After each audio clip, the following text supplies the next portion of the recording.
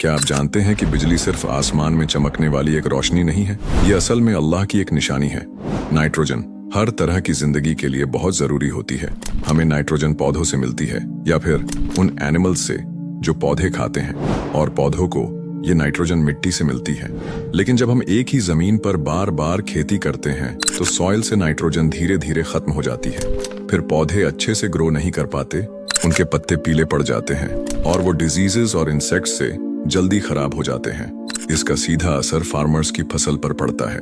इस प्रॉब्लम का सॉल्यूशन है सॉइल में फिर से नाइट्रोजन को वापस डालना।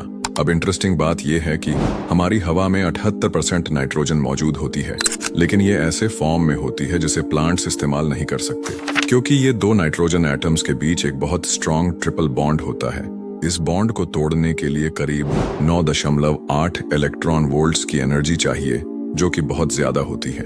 नेचर में ये प्रोसेस दो तरीकों से होता है। उनमें से एक है लाइटनिंग। जब आसमान में बिजली गिरती है तो उसमें इतनी पावरफुल एनर्जी होती है कि वो नाइट्रोजन मॉलिक्यूल्स को तोड़ देती है। फिर ये नाइट्रोजन एटम्स ऑक्सीजन के साथ मिलकर नाइट्रोजन ऑक्साइड्स बनाते हैं। ये गैसेस बादलों में पानी की बूंदों के साथ मिलती है और फिर बारिश के जरिए जमीन तक आती है। इस तरह अल्लाह की एक कुदरती प्रोसेस से जमीन को दोबारा जिंदा कर दिया जाता है।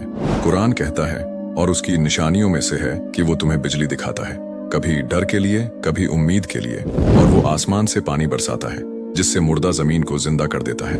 इसमें समझने वालों के लिए बड़ी निशानियां हैं। सूरह अर-रूम आयत 24। हर निशानी एक सबक देती है कि ये कायनात यूं ही नहीं बनी। हर बूंद, हर बादल, हर बिजली अपने रब की पहचान करवाती है। अब फैसला आपका है। इन निशानियों को देखकर भी अगर दिल न बदले तो और क्या बचेगा।